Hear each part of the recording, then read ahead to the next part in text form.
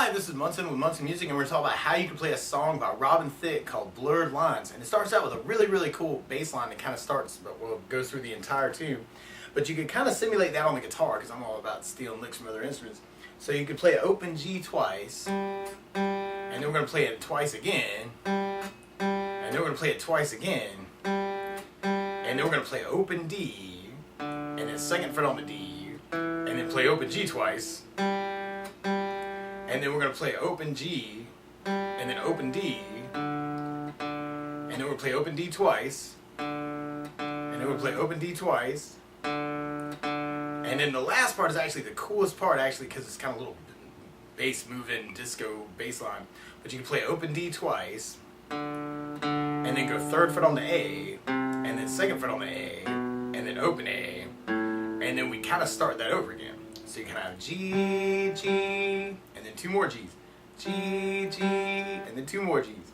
G, G, and then O to O, O, and then O, O, O, and then open D twice, open D twice, open D twice, and then 3, 2, open A, and then back to open G twice to kind of start it over.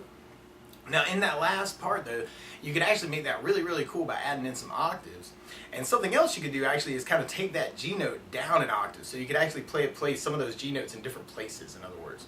So you could start low E on the 3rd fret and play that G note twice, and then do it another 2 times, and then do it another 2 times, and then do the open to 2 on the D string, and then go back to the 3rd fret on the low E string. And then we got that open G, which we could play 3rd fret on low E, and then go open D twice, and then 2 more Ds, and then 2 more Ds, and then 2 more Ds, and then we can kind of go 3rd on the A string, and then 5th fret on the G string, and then move that down to 2nd fret on the A string, and then 4th fret on the G string, and then open A, and then 2nd fret on the G, and then kind of start that over again. So it's just kind of another option there, going 3, 3, 3, 3, 3, 3, O, 2, 3, 3, and then 3 to O, O, open D twice, open D twice, open D twice, and then 3, 5, 2, 4, O, 2, 3, 3, 3, 3, 3, 3, O, 2, 3, 3, 3 to O, O, O, O, O, O, O, O, 3, 5, 2, 4, O, 2, 3, 3. So anyway, that's another option there too. But all through the entire song, actually, we only have like 2 chords that are kind of going on.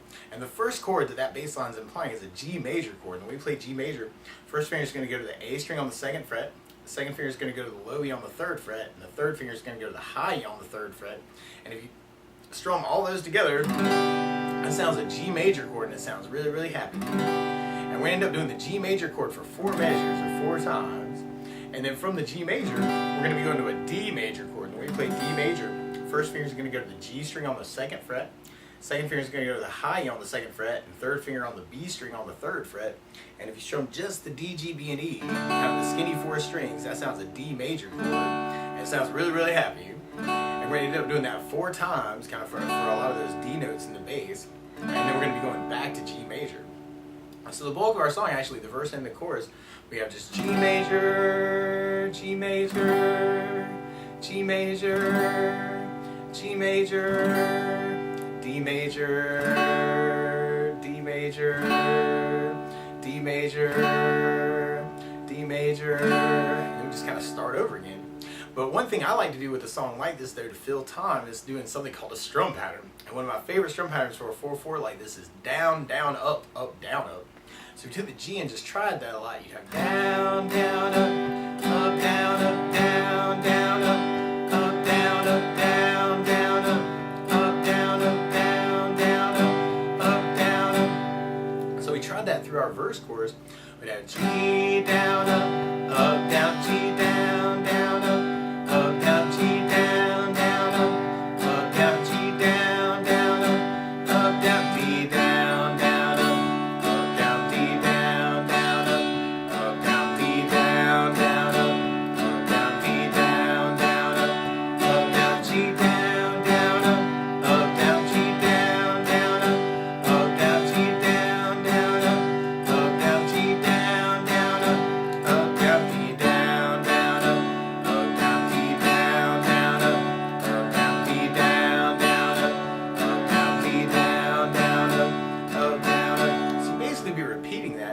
there are two hits in the song actually. One is at the end of the G phrase actually, and the other is kind of at the end of the D phrase, where at different points in the tune, if you wanted to kind of accent that, what you could do is kind of do a big down on the last G, and then kind of take your right hand and kind of kill the strings with it. So it's kind of a big G with a down, kill it.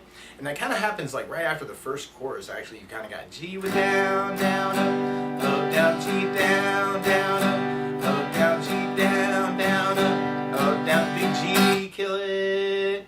And then there's another part actually after that where you end up doing that on the D chord. So we tried that just to kind of try it. You have G, down, up, down, G, down, down, up, down, G, down, down, up, down, G, down, down, up, down, D, down, down, up, down, D, down, down, up, down, D, down, down, up, down, up, D, down, kill it. And you'd be back on your G again and kind of start it over again. Now, a couple other things that I would think about adding to it, though, is bass notes. And on that very first down of the down, down, up, down, up, you could add in a bass note for the chord. So, for instance, on the G, you could play the low E string for your bass, and then do your down, up, down, up. So, G with low E bass, down, up, down, G with low E bass, down, up, down, G with low E bass, down, up, down. And then when you get to your D chord, then you have the D string for your bass. So, D with a D bass, down, down, D with a D bass, down, bass, down, up, down, G with low E bass, down, down, G with low E bass, down, down, G with low E bass, down, down, G with low E bass, down, down, D with the D bass, down, down, D with the D bass, down, down, D with the D bass, down, down, D with the D bass, down, down. So that might be something else you want to kind of add. And for myself, actually, because of the way that the drum part works, I would really think about using something called a 16th note strum pattern. And what I mean by that is, like, instead of the down, down, up, down, right now we're kind of dividing our beat into two parts with the down, down, up, down, up. So 1, 2, 1, 2, 1, 2. What a 16th note is where you divide that beat into four parts. So 1, 2, 3, 4, 1, 2, 3, 4, 1, 2, 3, 4, 1, 2, 3, 4. And one of my favorite 16th note strum patterns is long down, down, down, up, down, down, up, down, up. So what I mean by that is, like, if you take the G and do it down for 4, 1, 2, 3, 4, 1, 2, 3, 4, 1, 2, 3, 4, 1, 2, 3, 4. That's what you're doing on the first beat. And on the second beat, you're doing a down on 1, down on 3, up on 4. So you got 1, 2, 3, 4, down, down, up, down, down, up, down, down, up, 1, 2, 3, 4, 1, 2, 3, 4, 1, 2, 3, 4, 1, 2, 3, 4. And then on the third beat, you're doing an up on 2, down on 3. So 1, 2, 3, 4, 1, up, down. Up, down, 1, up, down, 1, 2, 3, 4, 1, 2, 3, 4, 1, 2, 3, 4. And then on the fourth beat, you're doing down, up, right along with the 1, 2, 3, 4. So down, up, 1, 2, 3, 4, 1, 2, 3, 4, 1, 2, 3, 4. So all together, you got long down, down, down, up, down, down, up, down, up, long down, down, down, up, down, down, up, down, up, long down, down, down, up, down, down, up, down, up. Go a little bit quick to get that to work out, but I would definitely try that. so if we try that through our verse chorus, we have G with down, down, down, up, down, down, up, down, G down, down, down, up, down, down, up, down, G down, down, down, up, down, down, up, down, G down, down, down, up, down, down, up, down, do the down, down, down, up, down, down, up, down, do the down, down, down, up, down, down, up, down, do the down, down, down, up.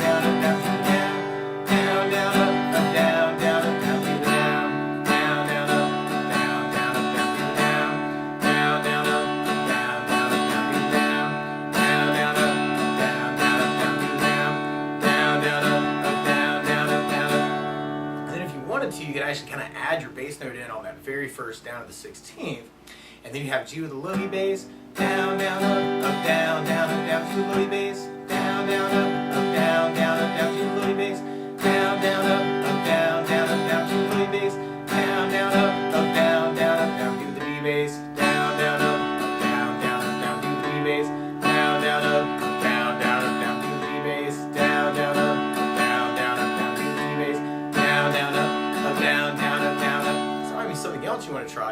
For myself, actually, what I like to do is I get a little bit more adventurous with basses. And so sometimes on the G, what I like to do is kind of a bass, down, down, up, bass, down, up, kind of filling in some more basses or more downs with the basses. So you got G with bass, down, up, bass, down, to the bass, down, up, bass, down, to the bass, down, up, bass, down, to the bass, down, up, bass, down, to the bass, down, up, bass, down, to the bass, down, up, bass, down, to the bass, down, up, bass, down, to the bass, down, up, bass, down. And what can also be kind of cool is kind of adding right hand muting with that. And what I mean is if you take the flat of your right hand and kind of put it on top of the strings, like near the saddle, you can kind of get a muted quality out of the string. And I think that can be a really cool thing to kind of add to the song if you're trying to cover it or play it out too.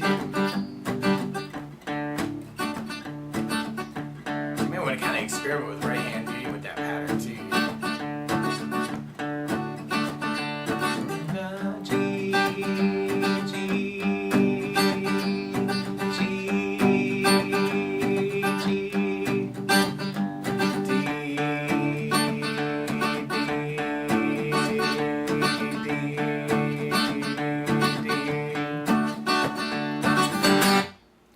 But that's the basics of how you could strum through and kind of cover Blurred Lines by Robin Thicke. So good luck!